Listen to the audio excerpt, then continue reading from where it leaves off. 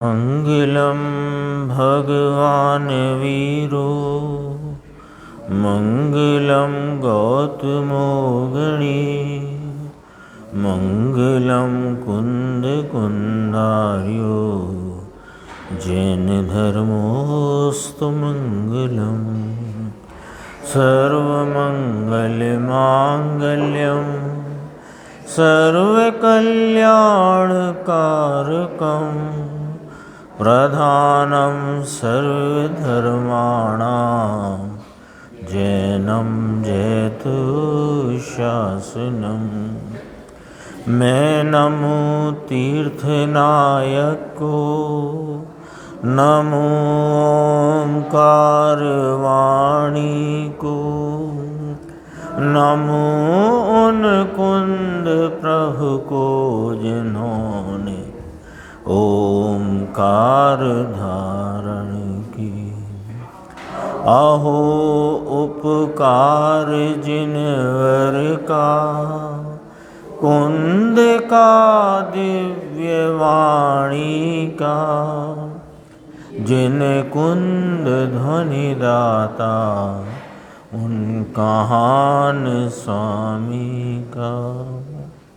चिदानंदिक रूपाए जिनाए परमात्मने, परमात्म प्रकाशाय नित्यं सिद्धात्मने नमः।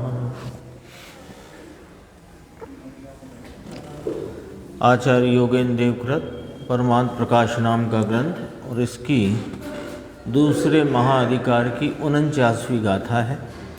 इसका स्पष्टीकरण गुरुदेव श्री के व्याख्यान में कल प्रारंभ हुआ था। आज भी इसी गाथा के ऊपर चर्चा पूज्य श्री की चली। अपने थोड़ा सा पीछे चल रहा है विषय, तो अभी अपन 49 दोहा सूत्र पढ़ते हैं।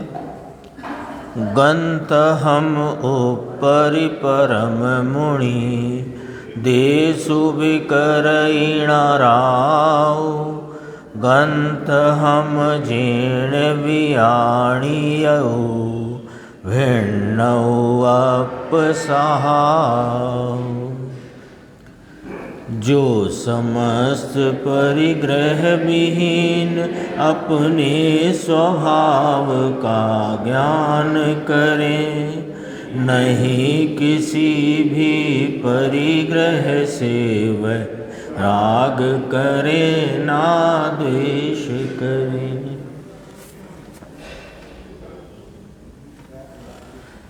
यहाँ इसकी उत्थानिका देखते हैं कि बाह्य अंतरंग परिग्रह की इच्छा से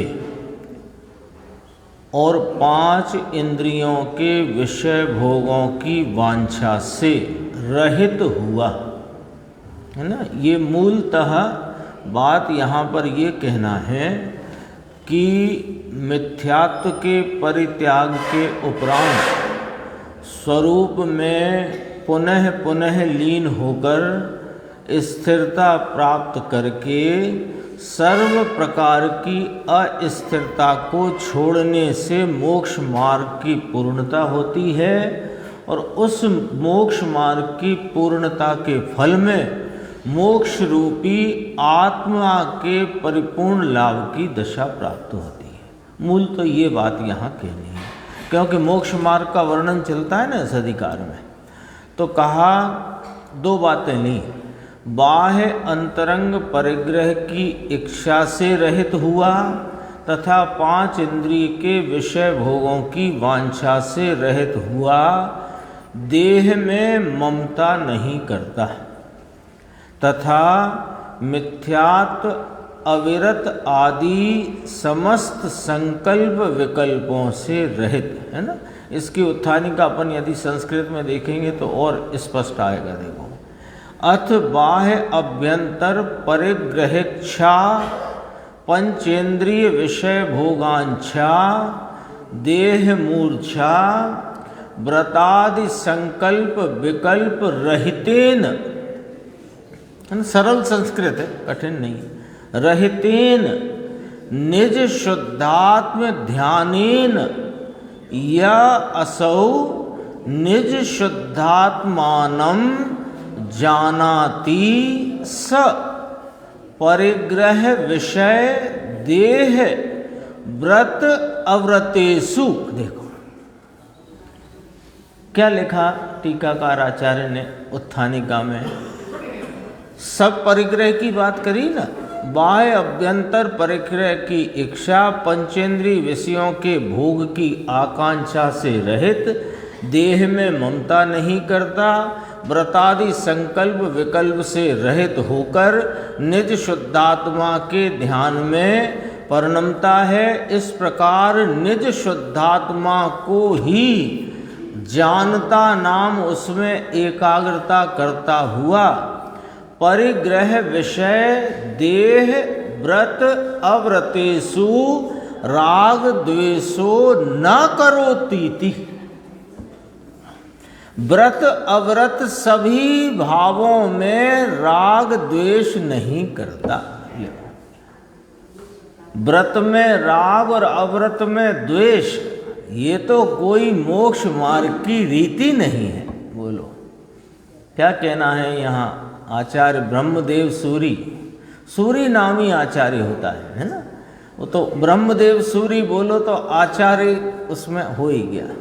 अमृत चंद्र सूरी क्या कहते हैं, कितनी गजब की बात कही उत्थानिका में, निज शुद्धात्मानं जानाति स परिग्रह विषय। परिग्रह विषय में एक देह मुख्य ले लो, तो क्योंकि दो परिग्रह कहे, बाह्य परिग्रह और अभ्यंतर परिग्रह है ना, इसमें मुख्यता से दो ले लो, अभ्यंतर में मिथ्यात्व और बाह्य में देह। इसमें सारी की सारी 24 कथाएं खिल जाती, क्योंकि ये देह तो देह के रक्षण के लिए धन धान्य कुप्य दास दासी सब आ गए ना इसमें, और मिथ्यात्व के रहते राग देश की संतति, तो अभ्यंतर सारे परिग्रह आ गए। देखो परिग्रह विषय देह व्रत व्रताव्रतेषु लिखा ना, व्रताव्रतेषु, व्रताव्रतेषु इसको खोल दो, व्रत अव्रतेषु राग द्वेषो न करोतीति चतुः कलम प्रकटयति। ऐसी 4 गाथाएं यहाँ पर कहेंगे। अब अपन हिंदी में आ जाते हैं। देखो इसमें भी लिया है सब नीचे,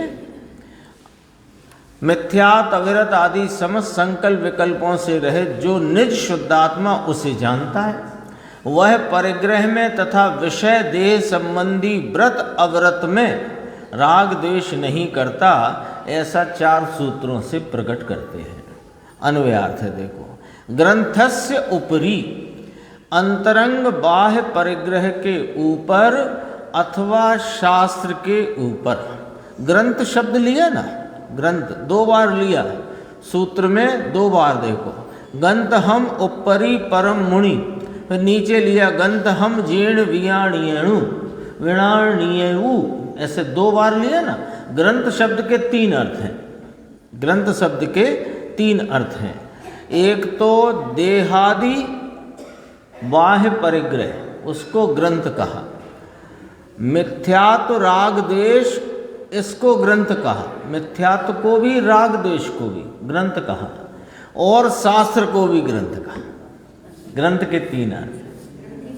हाँ, तो ग्रंथी भेद हुआ ना, तो ये मिथ्यात्व से, मिथ्यात्व का जो भाव राग द्वेष का भाव, उससे भिन्न अपने को शुद्धात्मा जानना, ये ग्रंथी भेद है। देखो क्या कहा, ग्रंथस्य उपरि अंतरंग बाह्य परिग्रह के ऊपर अथवा शास्त्र के ऊपर जो परम तपस्वी परम मुनि राग द्वेषम अपि न करोति, राग और द्वेष नहीं करता है, जिस मुनि ने आत्मा का स्वभाव ग्रंथ से भिन्न यानी जुदा जान लिया है।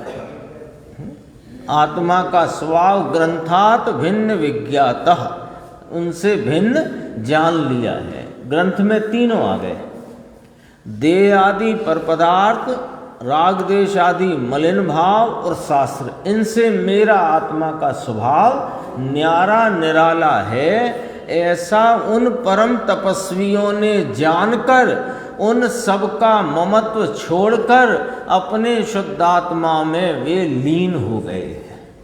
ये मोक्ष मार्ग की पूर्णता की बात है। भावार्थ में देखो यही बात कही, मिथ्यात्व, वेद, राग, द्वेष, हास्य, रति, अरति, शोक, भय, जुगुप्सा, क्रोध, मान, माया, लोभ, ये 14 अंतरंग परिग्रह ना। अभी गुरुदेव ने सब खुलासा किया था।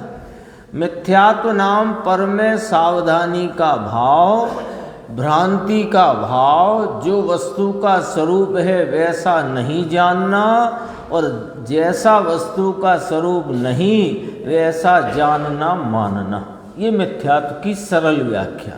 दूसरी व्याख्या, पाप में मजा मानना, पुण्य में धर्म मानना, और अल्प पर्याय को ही अपने पूर्ण रूप मानना, ये मिथ्यात्व की व्याख्या। एक हुआ वेद, स्त्री वेद, पुरुष वेद, नपुंसक वेद, है ना।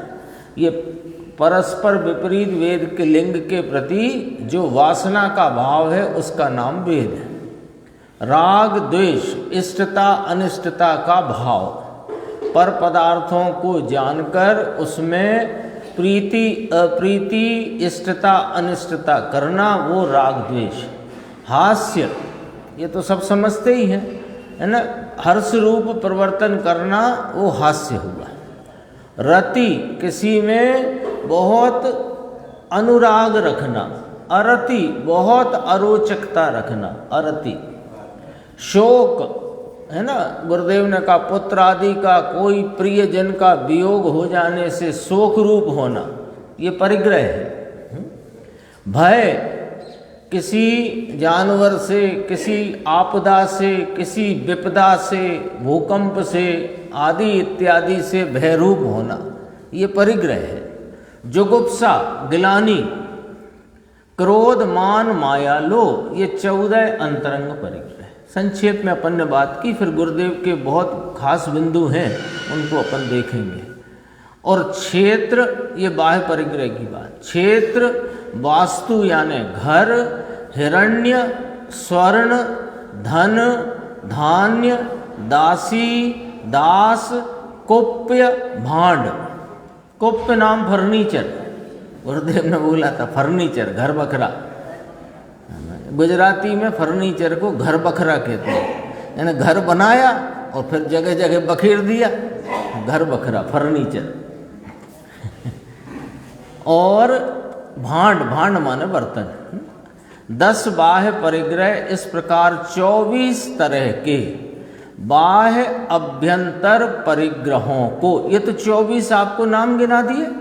मिथ्यात्व, वेद, राग द्वेष, हास्य, रति, अरति, शोक, भय, जुगुप्सा, क्रोध, मान, माया, लोभ, है ना। और फिर ये सब क्षेत्र, वास्तु, हिरण, स्वर्ण, धन, दान, दासी, दास, कोप्य, भांड आदि, ऐसे हो गए। अब ये 24 को एक तरफ रख लो, अब आगे बात चलेगी। ये कौन कौन हुए? बाह्य परिग्रह, अभ्यंतर परिग्रह। अब बात आगे चलती है। 3 जगत में देखना, इसमें 9 बिंदु खड़े होंगे। 1 2 3 3 6 और 3 9 3 12, है ना। इनका गुणा करेंगे तो ज़्यादा हो जाते हैं। वो आता है ना 108 का हिसाब किताब, वो अलग है, अपन तो इधर से देखते हैं। 3 जगत में यानी ऊर्ध्वलोक, मध्यलोक, अधोलोक, तीनों जगत में इन परिग्रहों की अनुमोदना, है ना, उसको मन से, वचन से, काय से, कृत से, कार्य से, अनुमोदना से समझना। पूरा पढ़ देता हूँ पहले। 3 जगत में, तीनों कालों में, मन से, वचन से, काय से, कृत से, कार्य से, अनुमोदना से उनको छोड़ना। किनको? वो 24 परिग्रह गिनाए ना अभी, मिथ्यात्व से लेकर के क्रोध, मान, माया, लोभ तक के, और क्षेत्र से लेके बर्तन भाड़े तक आ गई बात। ये 24 जो हैं इनका ये परिग्रह है। तो इनको, इन परिग्रह को छोड़ा। कैसे? मन से, वचन से, काय से, कृत से, कारित से, अनुमोदना से। ये बहुत गंभीर बात है। मुनिराज की बात चलती है ना, परम तपस्वी, हे परम मुनिजन। हाँ, और ज्यादा बन जाएंगे। 3 जगत के ले, 3 काल के ले। अभी देखो क्या कहते हैं, 24 परिग्रह को मन से, वचन से, काया से, मन में उनका भाव नहीं, वचन में आए नहीं, ये ऐसा मकान बनाओ, ऐसा भवन बनाओ, ऐसा ये करो, इसमें ये रहेंगे, उसमें वो रहेंगे। मन से, वचन से, काया से, कृत से, कारित से, अनुमोदना से। करते नहीं, कराते नहीं, अनुमोदना भी करते नहीं। हो गया। किन की? कि 24 परिग्रह की। कौन से 24 परिग्रह? कि सुनो, 3 लोक संबंधी, ऊर्ध्वलोक, मध्यलोक, अधोलोक में इन 3 लोक संबंधी इन 24 परिग्रह को मन से, वचन से, काय से, कृत से, कार्य से, अनुमोदना से छोड़ा है। ये मुनिराज का स्वरूप देखो जरा, बाह्य स्वरूप है ये। हाँ, मूल तो 3 कषाय चौकड़ी की अभाव रूप प्रचुर स्व संवेदन की दशा का नाम मुनि है, पर बाहर में भी ऐसा है। हो गया। 3 जगत की बात हुई, अब 3 काल की सुनो। कि वर्तमान में तो इनका त्याग है ही, लेकिन अब गंभीर है बात, ये पूर्व में मेरे थे, ये गांव मेरा था, जब मैं मुनि नहीं हुआ था तब इस घर में रहता था, ये मेरे ग्रस्त अवस्था के भाई साहब हैं, ये मेरे ग्रस्त अवस्था के माता पिता हैं। ये परिग्रह नहीं है मुनिराज को। लिखा कि नहीं लिखा? ये मन से तो नहीं है ना कोई बात, लिखा है कि नहीं लिखा है? तीनों काल में क्या आ गया? भूतकाल आ गया कि नहीं आ गया? भविष्य में मैं यहां से स्वर्ग में जाऊंगा, बोलो परिग्रह हो गया कि नहीं? भाई ये वीतरागी जिन शासन है, यहाँ तो एक ही जिनाज्ञा है, जिनेन्द्र परमात्मा की जिनाज्ञा। अपन तो बहुत बार चर्चा कर चुके। तो आजाद भाई सुनो, जिनाज्ञा क्या? कि इस वीतराग स्वरूप की वीतराग परिणति द्वारा आराधना करके पूर्ण वीतराग भाव को प्राप्त करो, यह जिनाज्ञा है?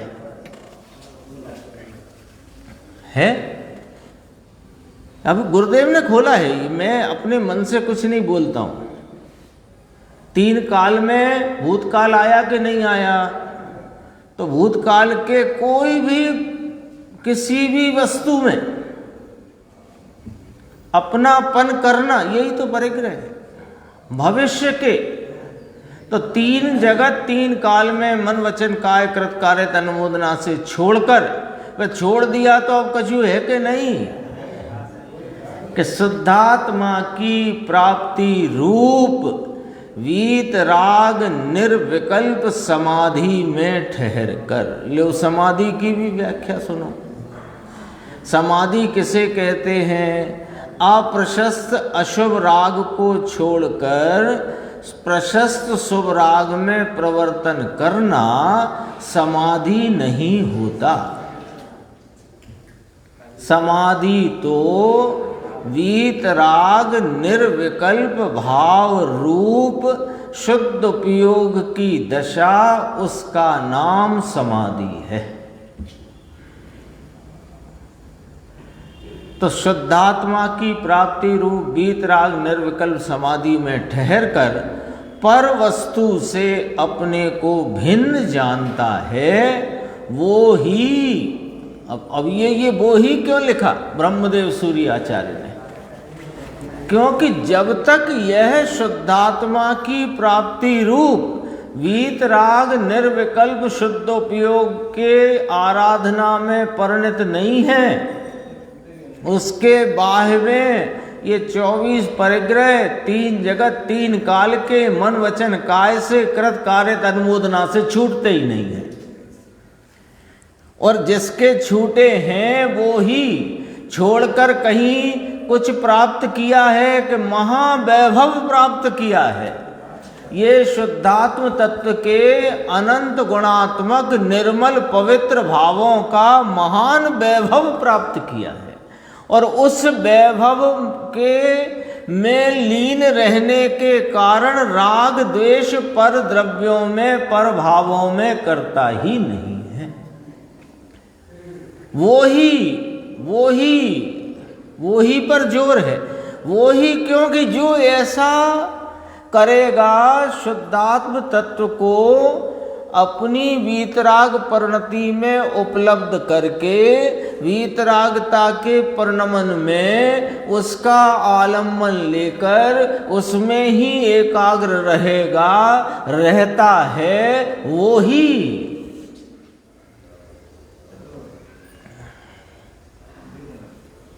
गुरुदेव ने अंतिम श्लोक का एक यहाँ थोड़ा उद्धरण आज के प्रवचन में लिया था, तो मैंने पलट के देखा थोड़ा आगे चल के ग्रंथ में,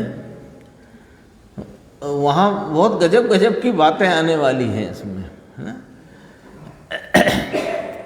देखो, वो ही परिग्रह के ऊपर राग द्वेष नहीं करता। यहाँ पर ऐसा व्याख्यान निर्ग्रंथ मुनि को ही शोभा देता है। ये क्या कहा? अरे ये जो व्याख्यान है ये निर्ग्रंथ मुनियों की यहाँ पर व्याख्या चलती है। निर्ग्रंथ मुनि का क्या स्वरूप है? निर्ग्रंथ मुनि जिन्हें चलते फिरते सिद्ध कहा, जिन्हें केवल ज्ञान की तलहटी कहा, जो धरती पर भगवान के समान विचरण करते हैं, ऐसे निर्ग्रंथ मुनियों का स्वरूप व्याख्यान यहाँ इस गाथा में किया गया है। परिग्रहधारी को नहीं शोभा देता? ये क्या टीकाकार आचार्य भी है ना, 12वीं 13वीं शताब्दी के हैं ये टीकाकार ब्रह्मदेव सूरी महाराज। इन्होंने ही द्रव्य संग्रह नाम के महान ग्रंथ की टीका इन्होंने ही की है। क्या कहते हैं? परिग्रहधारी को ऐसा व्याख्यान हम कैसे कर सकते हैं? ये तो निर्ग्रंथ मुनियों की व्याख्या चलती है भाई। निर्ग्रंथ मुनियों का अंतर्बाह्य स्वरूप ऐसा है, ऐसी यहाँ पर चर्चा है। देखो, गुरुदेव के अपन व्याख्यान की बात यहाँ से देखते हैं। कल के ही प्रवचन से चर्चा है, 135 नंबर का पेज। यहाँ तो मुनि का उत्कृष्ट संभाव, जिसमें पुण्य के विकल्प का भी अवकाश नहीं है, गुंजाइश नहीं है, यह बात सिद्ध करते हैं। पुण्य का जो विकल्प है वह बंध का कारण है। मुनिराज तो मुक्ति के कारण रूप हैं। यानी संवर निर्जरा जो ग्रंथ में जिनका वर्णन है, ऐसी संवर निर्जरा को यदि तुम्हें मूर्त रूप देखना हो तो मुनिराज को देखो। संवर निर्जरा जिसका फल मोक्ष है, जिसका फल परम दशा की प्राप्ति है, ऐसे संवर निर्जरा को, संवर निर्जरा तो परिणति है ना, जीव की परिणति है, और अमूर्त जीव की परिणति अमूर्त होती है। लेकिन उसका कोई मूर्त रूप दिख सकता है कि हाँ, मुनिराजों को, निर्ग्रंथ मुनिराजों को देखो तो वह संवर निर्जरा के साक्षात चलते फिरते सिद्ध है। ऐसा है मुनियों का स्वरूप, कितना गजब का है। देखो, पुण्य का विकल्प है, वह बंध का कारण है, ऐसा सिद्ध करते हैं। बाह्य अंतरंग परिग्रह की इच्छा से रहित, 5 इंद्रियों के विषय भोगों की वांछा से रहित हुआ देह में ममता नहीं करता, देह में भी ममत्व नहीं करता। अब तो देखो, ये देह को क्यों कहा? सुनो, कि देह मात्र परिग्रह है जिनको, नियम सार जी में भी लिया है। मुनिराज की एक और व्याख्या, ये तो व्याख्या मुनिराज की चलती है, एक नियम सार जी से देह मात्र परिग्रह है जिनको, यानी अब वो देह है साथ में संयोग में, उसका भी ममत्व नहीं है। देह है पर ममत्व नहीं है, तो इसलिए एक शब्द बोलने तो देह में भी ममत्व नहीं करता। जैसे अपन है ना, अभी अपने को मान लो यात्रा पर जाना हो तो देह है ना, इसमें अपने को ममता है, या तो अज्ञान में तो एकत्व भी है और कोई ज्ञानी है तो ममता भी हो, तो ममता और एकत्व है और ममता है तो अपन अभी तो यहाँ ममता की बात करते हैं। ममता है तो यात्रा के लिए तैयारी करे तो कहे साबुन भी रखो, वस्त्र भी रखो, ये भी रखो, ये भी रखो, थोड़ा नाश्ता रखो, थोड़ा ये रखो, ये सब काय के लिए है बता दो बस। और जो 2-2, 3-3 बैग भर के जाते हैं ना तो काय के लिए है, इससे ममत्व है, इसलिए वो पूरी तैयारी इसकी है, देह के ममत्व की।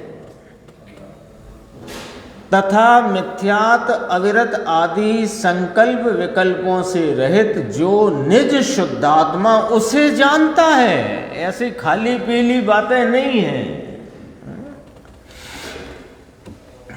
देह से ममता छोड़ो तो हमें कुछ नहीं, हम तो बस वो गड्ढा भरते हैं, यूं करते हैं, ऐसे नहीं होती ये बातें। पहले वह आनंद सरोवर, यह निज शुद्धात्मा, यह ज्ञायक भगवान, इसमें उपयोग ने डुबकी मारी कि नहीं मारी? अभी उपयोग तो इससे दूर वर्तता है और यूँ कहे हमें कुछ नहीं है, जो कपड़े हैं 4 जोड़ी इनमें ही काम चलता है और हमें तो गड्ढा भरना है, ये सब हमने तो परिग्रह बहुत कम कर दिया है। क्या बातें करते हो तुम? बिना शुद्धात्म तत्व की प्राप्ति के बिना तेरे 4 कपड़े हो कि 1 जोड़ी कपड़े हो, तो एक समय भोजन करता हो कि 2-4 दिन में एक बार करता हो, कोई उसकी कीमत नहीं है। इसलिए यहाँ लिखा, ये बोल्ड अक्षर होते हैं ना, वो सब आचार्य भगवान की टीका है। मिथ्या तव्रत आदि समस्त और आपको जहाँ शंका हो अपन संस्कृत निकाल लेंगे, कोई शंका आशंका मन में रखना नहीं। समस्त संकल्प विकल्पों से रहित जो निज शुद्धात्मा उसे जानता है, अपन पढ़ चुके हैं ये बात, है ना। निज शुद्धात्मानम जानाति, अभी पढ़ा था। मूर्छा अविरत आदि, मूर्छा और व्रत आदि, मिथ्यात अविरत आदि, व्रत आदि का भी संकल्प विकल्प है, उसे छोड़कर लो। ये भगवान क्या कहते हो आप? मुनिराज तो 5 महाव्रत का विकल्प होता है ना, उनको 6वें गुणस्थान की भूमिका में कि विकल्प होता है पर विकल्प में राग नहीं होता है, विकल्प की रुचि नहीं होती है, विकल्प का परिग्रह नहीं है उनको। जैसे ये देह संयोग में है और विकल्प परिणति में है, बस वो भी उसकी भूमिका है उतनी। विकल्प से लगाव नहीं है। कल आया था 5 महाव्रत पालते हैं, कौन पालता है? मुनिराज तो नहीं पालते। लियो मुनिराज 5 महाव्रत नहीं पालते। अरे जो पालते हैं वे मुनि नहीं और जो मुनि है वे पालते नहीं। बोलो नवीन भाई, महाव्रत मुनिराज नहीं पालते, जो पाल रहे हैं महाव्रत वे वास्तव में मुनि नहीं, क्योंकि महाव्रत पालने की चीज नहीं है। पाला उसे जाता है जिसे बड़ा करना हो, पोषण करना हो, जीवित रखना हो। यहां तो विकल्पों को जीवित रखना ही किसे है? इस निर्विकल्प चैतन्य तत्व में ही डूबे रहना है जिनको, उनको तो ये अस्थिरता में आ पड़ते हैं, पालते नहीं। ये तो देखो जिनेंद्र भगवान की व्याख्या है ना, ये ऐसी है कि जैसे ताजमहल विश्व का कौन सा 7वां आश्चर्य कहलाता है ना, अच्छी स्थापत्य कला का नमूना है, ठीक है। अब वहाँ आप गए और आपने गए सीधे सीधे देखा और आप लौटे आए। फिर किसी ने पूछा ताजमहल देखे आए कि हाँ देखे आए। अरे कितना ऐसा ऐसा ऐसा होएगा, हम तो देखे आए, कुछ नहीं है। तो तुम्हें कुछ क्यों नहीं दिखा? और वो जो उसकी प्रशंसा करते हैं उन्हें क्यों दिखा? सुनो कि उसको उन्होंने किसी गाइड के साथ देखा और तुमने गाइड के पैसे बचाए 100-200 रुपए। तो वो जो किस कोण से उसकी क्या सुंदरता खिलती है दृष्टि में, वो उसने नहीं दिखाया तुम्हें, तो तुम देख नहीं पाए। ऐसे यह वीतराग जिन शासन की जो इसमें मूल रहस्य की बातें हैं उसे उसी कोण से देखना पड़ेगा, अन्यथा बस हमने तो जिनवाणी पढ़ ली, इससे नहीं होगा काम। उसी कोण से देखना पड़ेगा, गाइड चाहिए उसके लिए। हमारे साथ ये पूज्य गुरुदेव श्री सदैव गाइड हैं, ये हमारे, वो दिखाते हैं आचार्य परमात्मा की इस बात का क्या रहस्य है। आओ तुम जरा, हम तुम्हें इस कोण से दिखाते हैं। दिखाते ना ताजमहल, इधर आओ, अपन थक गए हों तो भी वो कहता है गाइड, अरे आओ आओ धीरे धीरे आ जाओ, इधर आ जाओ, इधर आओ, इधर से दिखाऊंगा। ये ऐसा है, देखो ना, व्रत और अव्रत आदि का संकल्प विकल्प है, छोड़ दिया है मुनिराज ने। तो किस एंगल से कहते हो कि उनने शुद्धात्मा को ग्रहण किया है ना। बहुत चर्चा है, देखो ये कहा परम उपेक्षा संयम की चर्चा चलती, पूर्व की गाथा में आया था ना, 2 पंक्ति पढ़ेंगे फिर आगे चलेंगे, कि यही चल रही है बात। और उसमें वह पर सन्मुख का लक्ष्य बंध का कारण है, यह बात यहां सिद्ध करना है। पर सन्मुखता में जाता हुआ उपयोग उसमें बंध का कारण भाव है, यह बात सिद्ध करनी है। इसलिए मुनिराज क्या करते हैं कि बंध का कारण भाव जहां है उसे छोड़कर स्वरूप में स्थिर होते हैं। यदि लाभ का कारण हो बाहर में तो छोड़कर स्थिर यहां क्यों होते हैं? यदि जिनेंद्र परमात्मा का समूह शरण और उनमें चारों दिशाओं में दिखती हुई परम मनोहर वीतराग छवि यदि इस आत्मा के लाभ का कारण हो तो क्यों छोड़कर यहां स्थिर होते हैं? वो समूह शरण में बैठे मुनिराज, उसकी श्रद्धा में तो ये पक्का आना चाहिए। अरेक शास्त्र की ओर का लक्ष्य है, वह भी बंध का कारण है। ये बात लक्ष्य में, ख्याल में बनी ही रहना चाहिए, है ना। भले है शुभ भाव परंतु है राग, राग और राग वह बंध का कारण है। ऐसा मार्ग है वीतराग का। आगे देखो, ज्ञानी को बंध का कारण और अज्ञानी को तो निर्जरा। ऐसा हो सकता है क्या? अरे ज्ञानी को भी बंध का कारण है और अज्ञानी को भी बंध का कारण, सीधा न्याय है। पर सन्मुखता में प्रवर्तमान उपयोग की, जानने देखने की जो प्रवृत्ति है वहाँ नियम से राग द्वेष की उत्पत्ति है और वह बंध का कारण है, ज्ञानी को भी अज्ञानी को। वो तो बीच में चर्चा थी, वो बड़ी लंबी विषय है, कभी अलग से ले लेंगे, है ना। ज्ञानी के भोग निर्जरा के हेतु हैं, ऐसी जो चर्चा समय सार में आई मैं बोल ही देता हूँ, नहीं तो क्या मेरे भी वो रह जाएगी। ज्ञानी के भोग निर्जरा के हेतु हैं। यहाँ ज्ञानी का शुभ भाव बंध का कारण कहा, बस इतनी सी बात यहाँ समझाना है। निर्जरा अधिकार में समय सार परमागम में आचार्य कुंद देव द्रव्य निर्जरा का स्वरूप बताते हुए कहते हैं कि ज्ञानी के भोग निर्जरा के हेतु है। और यहाँ कहा जा रहा है कि ज्ञानी के महाव्रत आदि के शुभ विकल्प भी बंध का कारण है। ये कौन सा न्याय है आपका? ये कौन सी नीति हुई कि नीति की बात नहीं है? नीति और न्याय तो एक ही है कि जो बंध का कारण है वो बंध का ही कारण है, यानी बहिर्मुख वृत्ति सदैव बंध का कारण है और अंतर्मुख वृत्ति सदैव निर्जरा का कारण है। बात तो नीति न्याय और व्यवस्था वस्तु की ऐसी ही है, तीनों काल सदैव। फिर ये कथन में फर्क क्यों कि वहां पर ज्ञानी की दृष्टि की मुख्यता से कहा है ना, संवर अधिकार के बाद लिया ना निर्जरा का।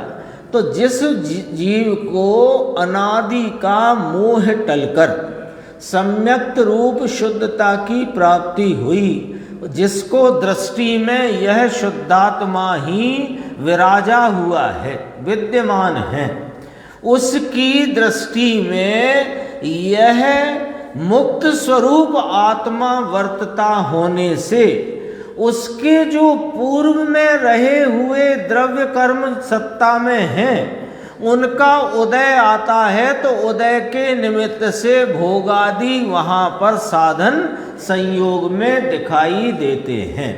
लेकिन उसने उनके प्रति होने वाले राग के राग को तोड़ दिया है, उनके प्रति होने वाले राग के राग को तोड़ दिया है, इसलिए वे उदयागत होकर निर्जरित हो रहे हैं। ऐसा वहाँ पर दृष्टि की मुख्यता से कथन किया गया है। और यहाँ जो कथन किया गया है ये परिणाम की बात को धर्म कांटे पर तौल कर किया गया है। परिणाम की सातवें गुण स्थान में है, वहां अभी ये बात चल चुकी पूर्व की गाथाओं में, शुद्ध उपयोग ही निर्जरा है। उसमें अपन ने 3 हेतु लिए थे, उस दिन भी ये बात आई थी, दृष्टि अपेक्षा निर्जरा। तो ज्ञानी को स्वरूप दृष्टि हुई, उसको निर्जरा चल रही है ना, तो शुद्ध परिणति उसकी प्रवर्तमान है। फिर मोक्ष, समूचे मोक्ष मार्ग की अपेक्षा, तो जितनी जितनी शुद्ध परिणति में वीतरागता बढ़ रही है, कषाय मिट रही है, उतनी उतनी निर्जरा। और एक परिणाम अपेक्षा, जो परिणाम बहिर्मुख है वो बंध का कारण है, जो स्वरूप सन्मुख है वो निर्जरा का कारण है। ऐसे 3 अपेक्षा पड़ती है। यहाँ भी वही बात आई। तो ये पूछा कि ज्ञानी को भी बंध का कारण है, कि हाँ ज्ञानी को भी बंध का कारण है। यहाँ तो शुभ भाव भी बंध का कारण है, तो भोग की तो बात क्या करना, बात अपन आगे ले चलते हैं। देखो ये अपनी गौमरसार वाली बात हो गई थी। देखो ये 2 पंक्ति हैं, बहुत गजब की बात है ना, थोड़ा सा अपन यहाँ देखते हैं। व्यवहार का राग आता है। व्यवहार का राग माने, व्यवहार शब्द से यहाँ क्या कहना है, दया, दान, व्रत, पूजा, भक्ति का जो शुभ राग आता है उससे मेरा स्वरूप भिन्न है, ऐसा जाना है। किसने? जिसने अपने स्वरूप को पहचान लिया है, मोक्ष मार्ग में प्रवेश करके जो मोक्ष मार्ग में गमन रूपता से निरंतर आगे बढ़ रहे हैं। मुख्यता मुनिराज की लेना और जगन में सम्यक दृष्टि और श्रावक भी ले लेना। व्यवहार का नाम दया, दान, पूजा, व्रत, भक्ति का राग आता है, उससे मेरा स्वरूप भिन्न है, ऐसा जाना है, ऐसा यहाँ कहा। पूर्ण वीतराग ना हो तब तक, तो इसलिए कहा, इसलिए शब्द लिखा है ना, पूर्ण वीतराग ना हो इसलिए व्यवहार तो आएगा, यानी उस तरह का शुभ राग तो आएगा, परंतु उसका उत्साह करने योग्य नहीं है। अभी अपन आत्मार्थी की भूमिका में भी विचार कर सकते हैं अपने को लगता है ना आता तो है साहब शुभ राग, आप तो हे कहते हो, दया दान पूजा व्रत भक्ति, अरे स्वाध्याय का शास्त्र के प्रति का लक्ष्य भी हे कहते हो, एक तरफ कहते हो स्वाध्याय करना चाहिए। तो ये सब का मामला हमें समझा तो दो कि भाई आत्मार्थी की भूमिका में भी ये होता है, आता है, और जिसने आत्मस्वरूप को पहचान लिया है ऐसे ज्ञानी की भूमिका में मोक्ष मार्ग में प्रवर्तित ऐसे मोक्ष मार्गियों की जो भूमिकाएं हैं, चौथे की, पांचवें की, छठवें, सातवें की और आगे की, उनमें वह राग आता है। क्योंकि पूर्ण वीतराग न हो तब तक वह राग का अंश है तो आता है, होता है, लेकिन उसका उत्साह करने योग्य नहीं है। यदि हम उसके उत्साह में दौड़ जाएंगे तो हम अपने चैतन्य स्वभाव का अनादर कर बैठेंगे, और कर ही रहे हैं।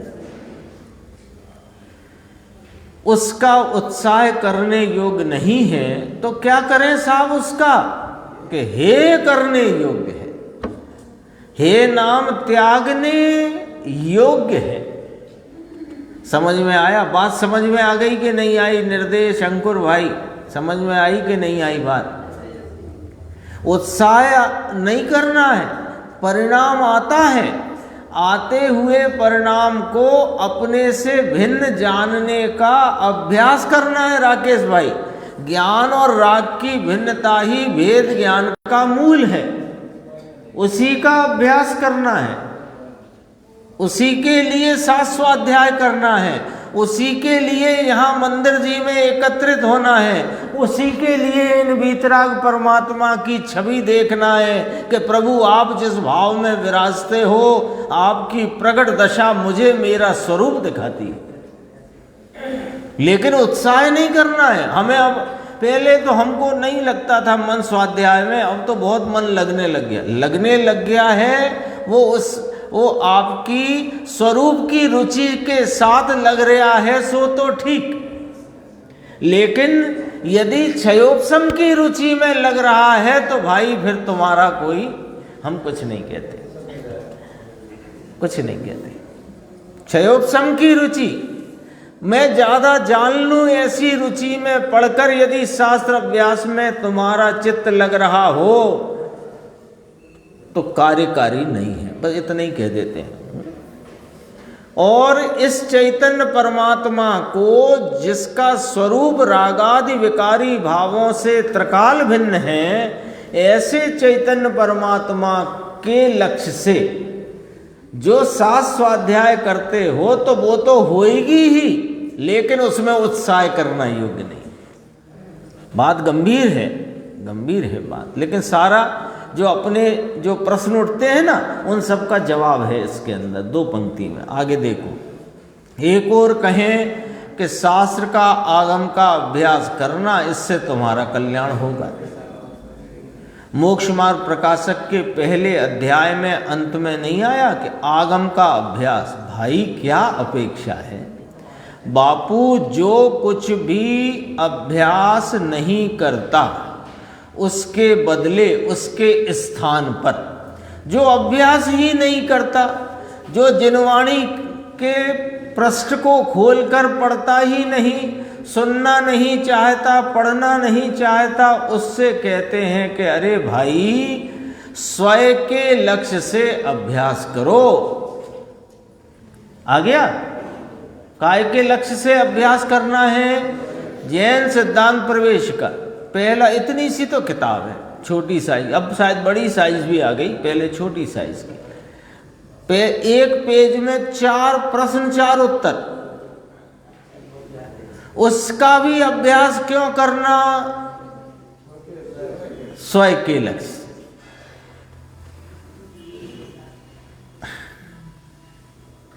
देखो बात तो कठिन है, अच्छी लगे ना लगे, दोनों संभावनाएं हैं। बात कह रहे हैं तो दोनों संभावनाएं हैं, आप लोग को अच्छी लग सकती है, आप लोग को अच्छी नहीं लग सकती है, लेकिन सच कहते हैं ये थोड़ा सा लोगों की स्वाध्याय में रुचि लगे, इसलिए ये परीक्षा आदि के उपक्रम किए जाते हैं, है ना, रुचि बढ़े।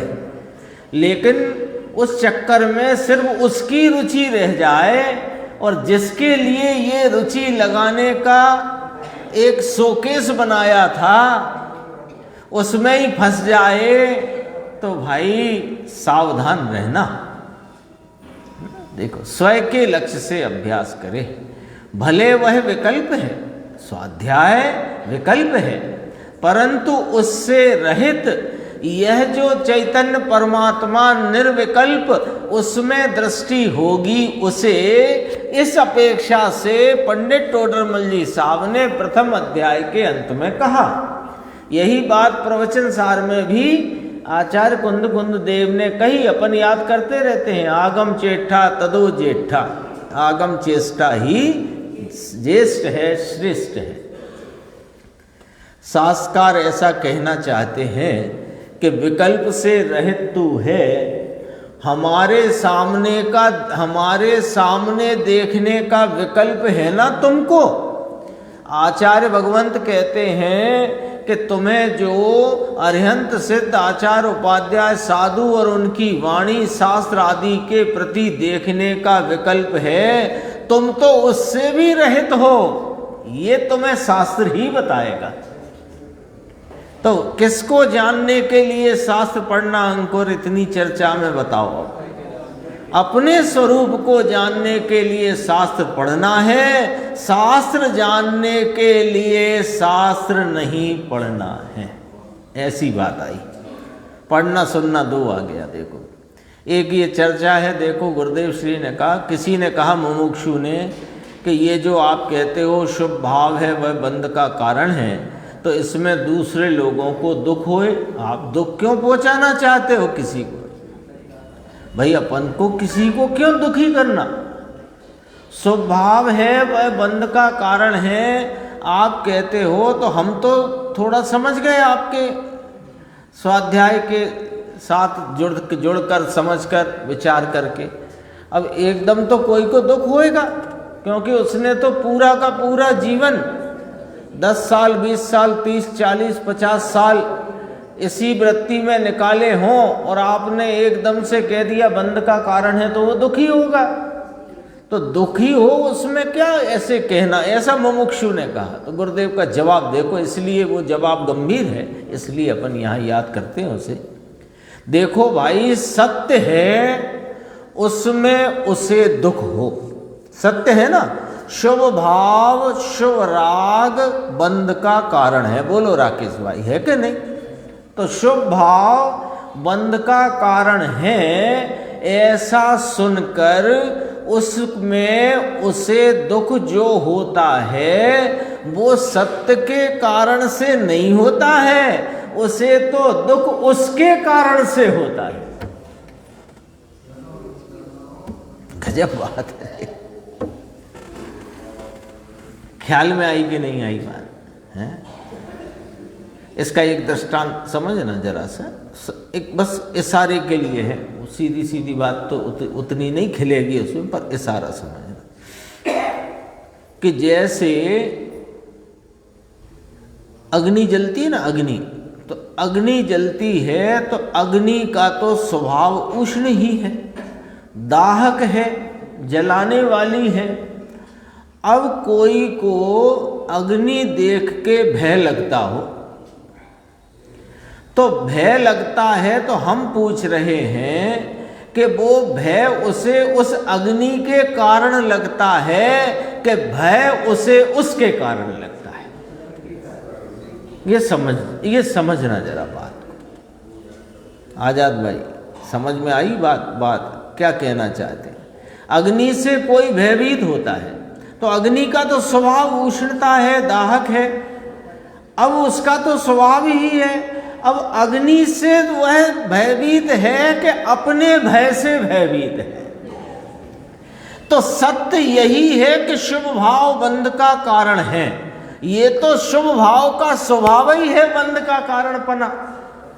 अब इसमें जो दुखी होता है वो इस बात, सत्य बात से दुखी होता है कि अपने दुख रूपता से दुखी, अपने उस दुख रूप भाव से दुखी होता है। ये कहा यहां पर।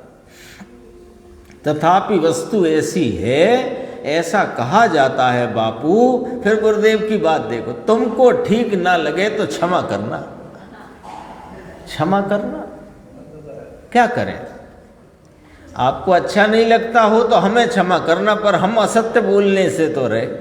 आपको अच्छा लगे इसलिए हम कल से शुभ भाव की उपादेयता बताने लग जाएं तो हम तो नहीं कर सकते।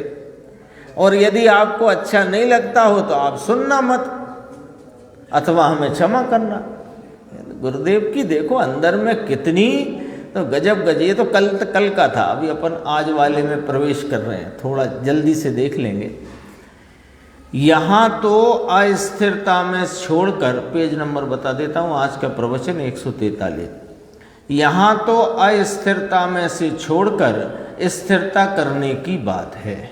मिथ्यात्व छूटने से, सम्यक दर्शन होने से, तीन जग, लोकत्रय, कालत्रय, आ गई ना बात, अपन कर चुके हैं बात। मन वचन काया आदि से मिथ्यात्व भाव तो पर से भिन्न जान लिया। मिथ्यात्व भाव पर से भिन्न आत्मा को जान लेने में मिथ्यात्व तो छूट गया। तो मिथ्यात्व छूटा, अभ्यंतर परिग्रह में से मिथ्यात्व चला गया। उसे तो सर्व विकल्प से भी भिन्न ऐसे आत्मा को जाना, तो ये मिथ्यात्व तो चला गया। लेकिन वो जो अंदर में राग का कण है वह भी मैं नहीं, इसलिए उस संबंधी अस्थिरता भी छोड़ना है। ये मूल बात है, ये मार्ग है।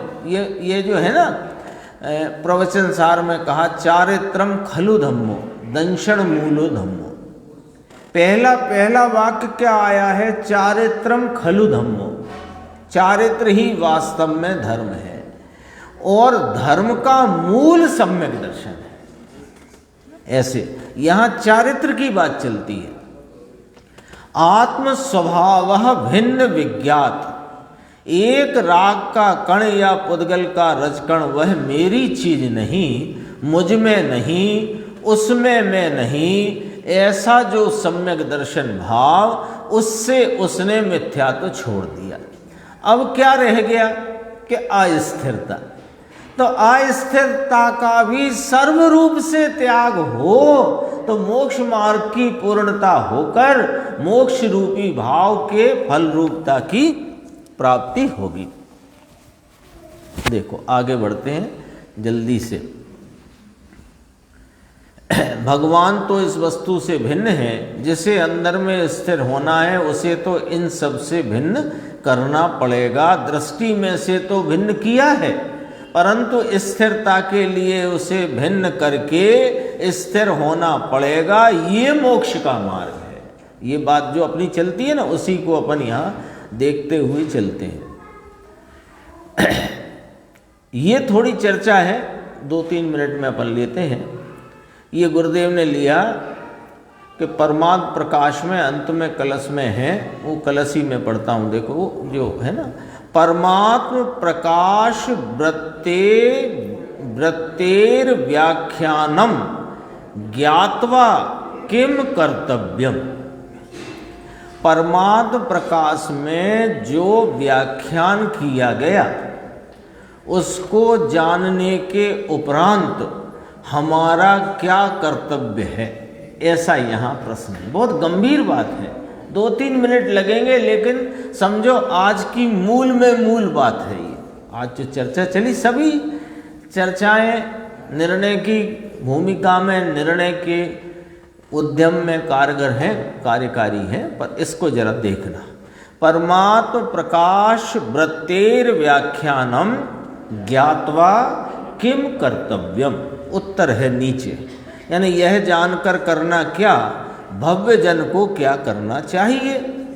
तो कहा सहज शुद्ध ज्ञानानंद एक स्वभावो अहम। सहज शुद्ध ज्ञानानंद एक स्वभावो अहम, यह मैं हूँ। मैं तो रागादि विकारी भावों से भिन्न, दुख और दुख की दशाओं से भिन्न, सहज शुद्ध ज्ञानानंद एक स्वभावो अहम, ये ही मैं, अहम ये मैं हूं। स्वाभाविक आनंद एक स्वभाव है ना। फिर गुरुदेव को निर्विकल्पो हम से एक नाटक की याद आई, निर्विकल्पो हम, शुद्धो हम, उदासीनो हम, उसकी चर्चा ली। देखो तो ये जो चर्चा आई ना, इसको ही थोड़ा देखना। अभी अपन कहाँ थे? परमार्थ प्रकाश में जो व्याख्यान आया उसे जानकर क्या करना, कि भव्य जीव को क्या करना चाहिए, है ना। अपने लिए अपने, अपना ही प्रश्न है ये, अपना है ना राकेश भाई? किसका प्रश्न है ये? अपना प्रश्न है कि ये सब हमने पढ़ लिया, अभी हम 172-73 गाथा तक आ गए पढ़ते हुए, और अभी तो पूरा होएगा। तो महाराज करना क्या है कि सहज शुद्ध ज्ञानानंद एक स्वभाव में अहम करना है, यानी यह मैं हूं ऐसी प्रतीति करना है। कैसे होएगी वो सुनो जरा यहाँ, कि यह जो आत्मा है ये सहज ज्ञानानंद एक स्वभाव स्वरूप मैं आत्म वस्तु हूं, ऐसी प्रतीति कैसे होएगी? कि जान करके ही प्रतीति होती है, बिना जाने प्रतीति कैसे? जाना न हो उसकी प्रतीति कैसे होगी? तो जानकर प्रतीति होती है। तो अब सुनो, वीतराग सहज आनंद रूप सुखानुभूति मात्र लक्षणेन स्वय संवेदन ज्ञानेन स्वय संवेद्यो गम्य। ये समझो सारभूत बात है, पूरे परमात्म प्रकाश का सार है, समझो ऐसी बात। साहेब अपने को ज्ञानानंद एक स्वभाव रूप प्रतीति में लेना, उसका आप रूपता रूप प्रतीति श्रद्धान करना है, तो प्रतीति तो जानकर ही होगी ना। तो अब जरा इसको उल्टा पढ़ेंगे अपन, इसी पंक्ति को, कि जानकर होगी तो जानने में, कैसे जानने में आता है, और जानने में आ गया ये कैसे मालूम पड़ता है? कैसे तो ये जानने में आता है, और जानने में ये ही आया है, ये कैसे मालूम पड़ता है? कि सुनो, पहले तो कहा स्वय संवेदन ज्ञानेन स्वय संवेद्यो गम्य। यह चैतन्य परमात्मा अनंत गुणों का धाम, अनंत गुणात्मक एक रूप अभेद अखंड सामान्य सदृश रहने वाला ये चैतन्य महापदार्थ जो है, वह स्वय संवेदन ज्ञान में स्वय संवेद्य रूप से जानने में आता है। स्वय संवेद्य यानी अपने को आप ही संवेदन पूर्वक जान सके, ऐसा यह चैतन्य परमात्मा है जो ज्ञान असाधारण लक्षण से स्वय संवेदन में ज्ञात होता है। अच्छा, तो ज्ञात का क्या स्वय संवेदन ज्ञान का लक्षण कहो साहेब?